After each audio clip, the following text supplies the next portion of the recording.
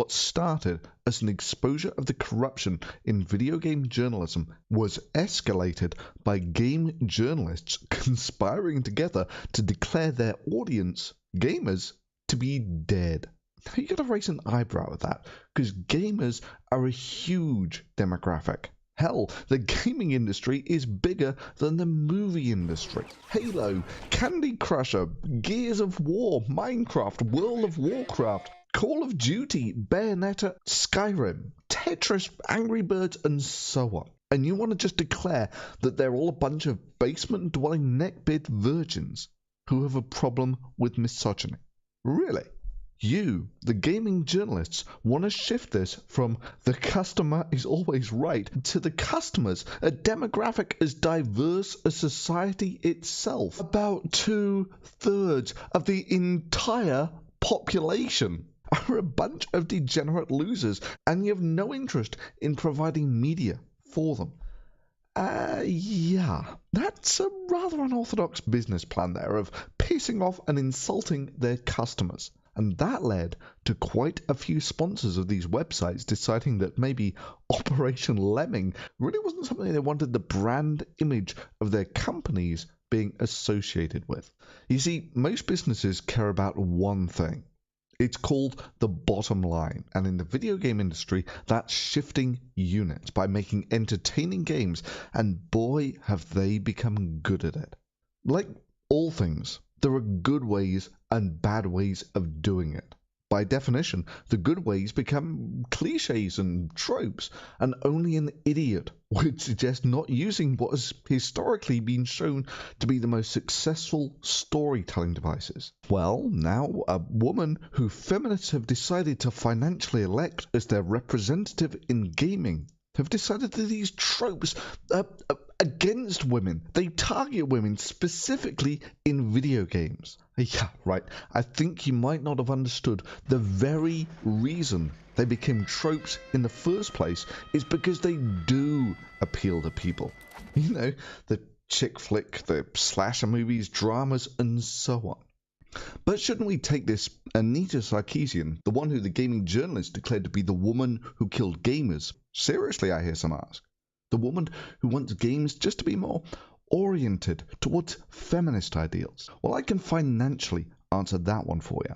You see, over a year ago, Anita Sarkeesian proposed this gaming concept, one free of all these sexist tropes that she thinks are oppressing women in gaming.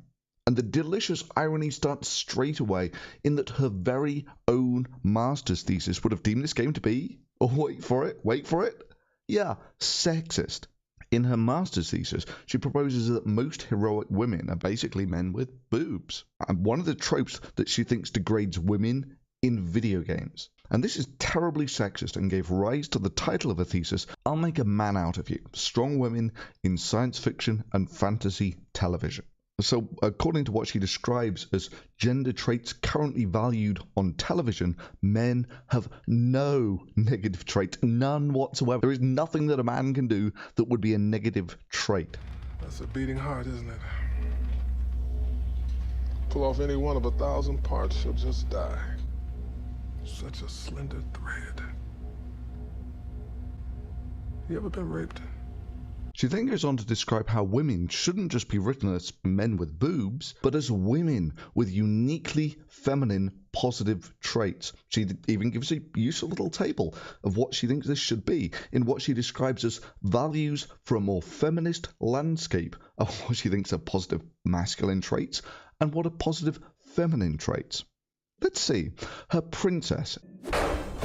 Be the protagonist of this particular adventure. She's gonna be...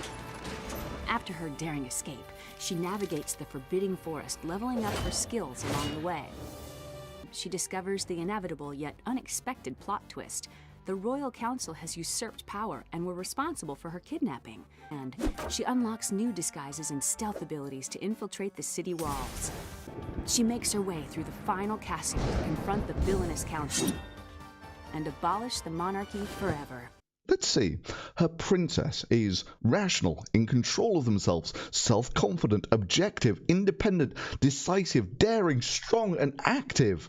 Yes, she fulfills 9 out of 9 of the positive masculine traits, and maybe scores 1 out of 4 for positive feminine traits. And that's not just sexist according to these old values. This is sexist according to her new, more feminist-friendly landscape. Her very own gaming concept would be deemed just another deeply sexist trope by her own standards. Not only that, her game would fail the Bechdel test, a sort of barometer used by feminists like Anita Sarkeesian to see if something is sexist or not. And not only that, but almost all of the characters in the game are men. And you have almost no chance to talk to them and get to know them. Since these women are just objects, there's no need or reason for players to have any emotional engagement with them. Meaningful relationships or interactions are not even possible. So that's just one of many examples of games that do that, that sort of take advantage of this vulnerability to try to make players feel more intense, right? To make these worlds more gritty. The game designers have intentionally created a world to invite players to explore this reality in which men, who simply don't know any better and cannot be persuaded otherwise, must be physically assaulted. Further, the story just conjures up this contrived plot in such a way that this physical assault perpetrated by women against physically inferior men is meant to seem as a justified and even altruistic act. The core element remains the same. In each case, violence is used to bring these women back to their senses. These stories conjure up supernatural situations in which domestic violence perpetrated by men against women who have lost control of themselves not only appears justified, but is presented as an altruistic act done for the woman's own good. And of course, there's almost no failed state in actually violently assaulting these men. In this way, these systems work to facilitate male violence against women by turning it into a form of play, something constructed to be amusing and entertaining. Paradoxically, and somewhat ironically, those who most strongly believe that media is just harmless entertainment are also the ones most likely to uncritically internalize harmful media messages. In short, the more you think you cannot be affected, the more likely you are to be affected. Now let's just ignore all of the hypocrisy and the irony for a second. Let's just focus on its financial success. How many feminist game developers or any game developers looked at this concept and thought, wow, that's a really good, original, and potentially profitable idea. We should develop that as soon as possible. Well, let me give you the long list. None, nada, zilch. And when you cannot even get bottom of the barrel feminist indie game developers to look at your gaming concept and say, yeah, that's a really good idea, we should develop that. Kind of difficult to see why we should take these same people seriously when they criticize a top shelf product like Bayonetta 2. Oh, and boy, did the feminist frequency team back the wrong horse there. Everything about Bayonetta's design, mechanics, characterization is created specifically for the sexual pleasure of straight male gamers. Really, that's it. Specifically for the sexual pleasure of straight male gamers. Dear God, how can someone who claims to be a pop culture critic know so little about gaming culture? And I'll be discussing the reasons Bayonetta is so pernicious in my fighting fucktoy video. Bayonetta is the quintessential example of this trope. Jonathan McIntosh is also a pop culture critic and a producer and writer on the Tropes vs. Women in Video Games series. When Bayonetta 2 reviews come out, we'll very quickly see who actually cares about issues of sexual objectification and exploitation in gaming. For which we have game ratings 91%, Metacritic 91%, Destructoid 10 out of 10, Edge 10 out of 10, Eurogamer 9 out of 10, 10 out of 10, 9 out of 10, 9 out of 10, 9 out of 10, Famitsu 38 out of 40, Game Informer 9 out of 10, Game Revolutions, a mere 3.5 stars, Game Radar 4 stars, GameSpot 10 out of 10, Game Trailers 9.8 out of 10, and so on. Oh, burn. And for some strange reason, this woman who the gaming journalists declared to be the woman who killed gamers thinks the only reason that people don't like her is because of hatred against women. And there, right now, this reference of Gamergate is sort of this big culmination of this toxic harassment campaign that's been happening to me for years and to many other women. And so they're sort of lashing out and going after women in these horrible, vicious ways. Yes, going after them in horrible, vicious ways by calling their characters, like Bayonetta, designed by a female character designer, fuck toys. Sort of as trying to preserve gaming as you know, a male-dominated space, as the status quo. What planet are you on? Planet Strawman? Let me get this straight. About 2/3 of the population are gamers, and about half of those are women. And your carefully honed pop culture critic skills lead you to believe that that's a boys' club. A boys' club which constitutes 2/3 of the population. And it's actually dedicated to keeping women out of gaming. Yeah, right. The reason you get the flack that you do is because of hatred against women. And it's not because of the utterly vacuous nature of your arguments. Since these women are just objects, there's no need or reason for players to have any emotional engagement with them. Meaningful relationships or interactions are not even possible. Or how she finds everything that everyone else does sexist. They sort of latched on to this idea of journalism ethics, and that became something that sounded good. But it was a way for them to mask their sexist temper tantrum, where they've been going after women for years. It's got nothing to do with how your black and white lie to people's faces. I mean, straight up inventing this violence against women in these games so you can be outraged about it. So women who are watching this happen, who are watching me get terrorized for 2 years, are going to question whether they actually want to be involved, whether they want to speak up, and whether they want to participate. Nah, it's just because she's a woman. It's not because she blames school shootings on the patriarchy less than 24 hours after a school shooting. Nah, it's because gamers hate women. Yes, tropes and cliches are like that for very, very good reasons. Just like successful businesses tend to have the motto that the consumer is always right. They are, by definition, successful ways of doing things.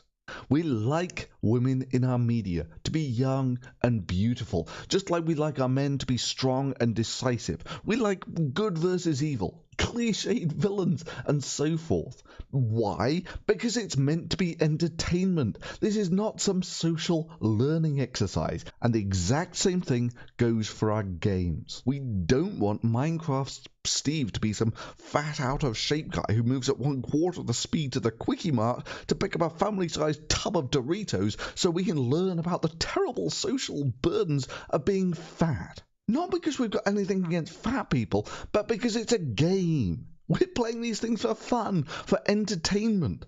We want Bayonetta to be some beautiful, sleek, stylish enchantress, and not some depressed, ugly, out-of-shape woman. Why? Because they're games. We play them for fun, for entertainment, and we don't want our video games to be the South Park version of Mormon heaven. Well, you picked a great time. We've got cookies and punch, and we're just about to start playing charades. And then Brother Stevens brought his guitar so we can sing songs about how much it hurts to lie. Ooh. Yeah. Remember, Sally, when I promised to kill you last? That's right, Major. You did. I lied. I don't care that in Deathmatch the whole purpose is to kill 20 people in cold blood as quick as possible without some moral lamenting about failed states or real-world consequences. In-game consequences for these violations are trivial at best, and rarely lead to any sort of fail state or game over. Sometimes areas may go on high alert for a few minutes, during which players have to lay low or hide before the game and its characters forget that you just murdered a sexualized woman in cold blood. I don't care that the point of Deathmatch is a race to kill 20 or so people in cold blood as quickly as possible. No, you're the first to kill 20 people, you win the deathmatch. And sure, I've got no more ethical problems about games featuring beautiful, sleek, sexy women than I do games having impossibly muscular men trying to do impossible things that will almost certainly end up getting them killed. But I'll tell you what does bug me here. It's those who claim to have the high moral ground and that they're outraged by sexy women in games, but have no problem whatsoever with all of the brutal murder that goes on in those exact same games.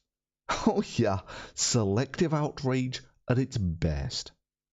Now, I wouldn't mind so much, but these parasites have just attached themselves to the gaming industry, because of course the music and film industry and so forth, they never have stereotyped women or cliches or tropes, or of course stereotyped men for that matter.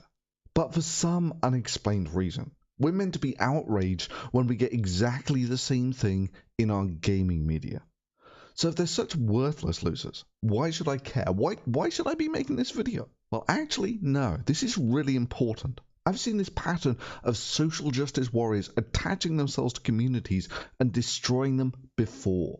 It infected the Occupy movement and reduced it to a laughingstock within months. Possible blocks are brought up. What's a block? A block is this. And what's this? What's this? I saw this earlier. It's point of process. Let's say we're on an agenda topic. See, I might make a point of process here. And I'm going to block that? You can't Okay, block a point of process. A point of process overcomes Well, then I don't everything. feel good about it. I'm sorry, Stephen. And part of why caucuses exist is to give a space for marginalized voices. Are you a marginalized voice?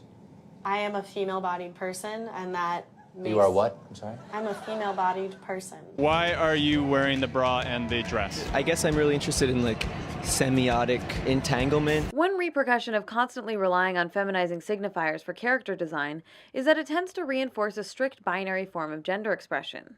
And sort of loosening semioses. We have to be able to transcend the binary of The gender binary is an entirely artificial and socially constructed division of male and female into two distinctly separate... You have to be able to transcend the binary of the conventional politics. I don't know, that sounds really post-structural. You just totally blew my mind right now.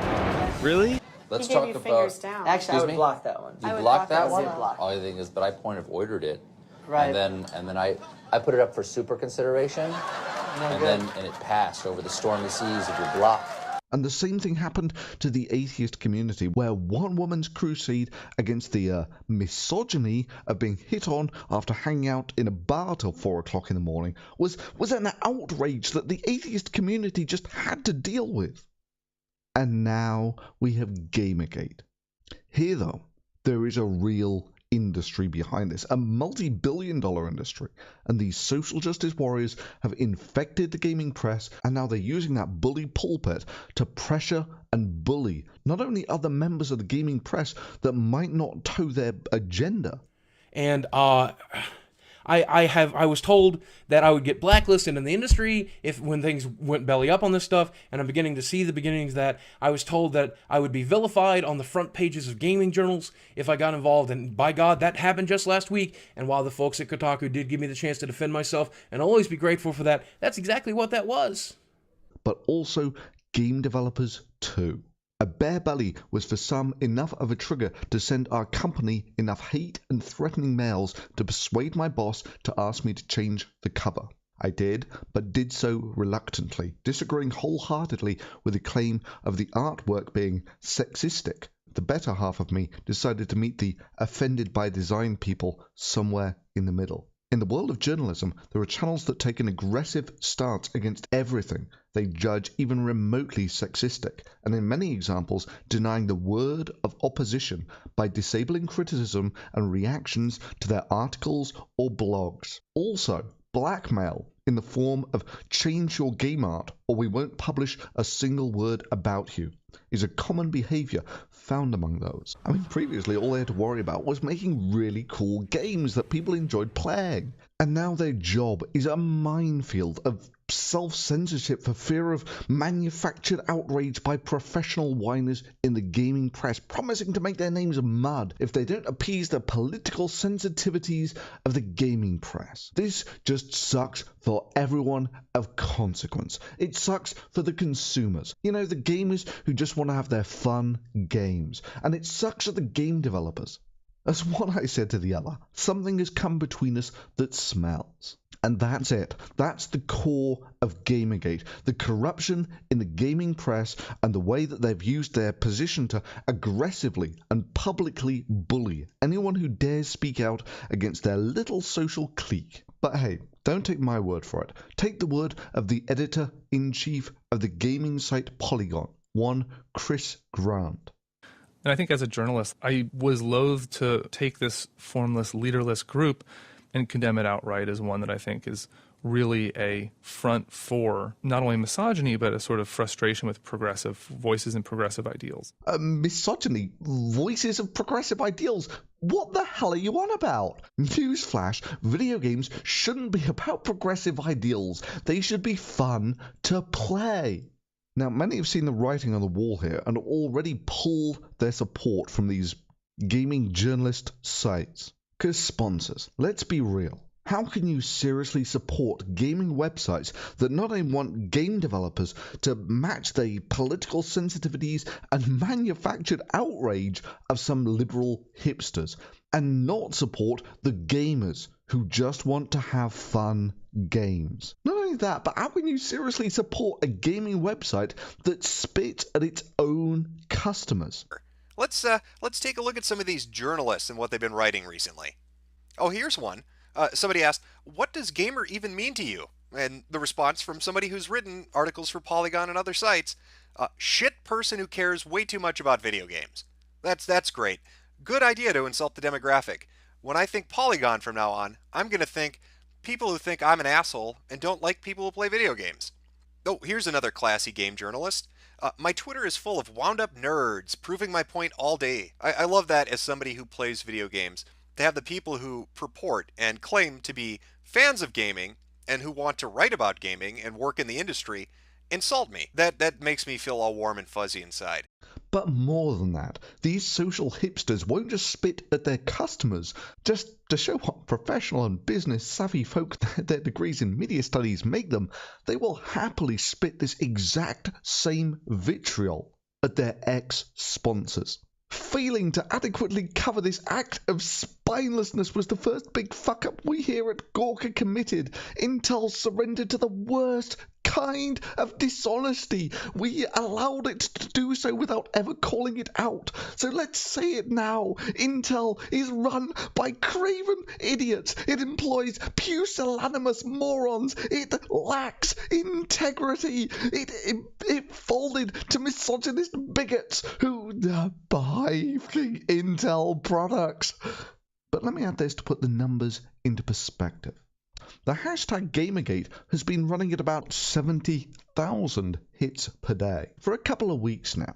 And in response, these social justice whiners and gaming press types started their own hashtag of Stop Gamergate 2014. And a couple or so weeks later, their social justice hashtag is getting about 1,000 mentions per day, while Gamergate is still going strong at about 60,000 mentions per day.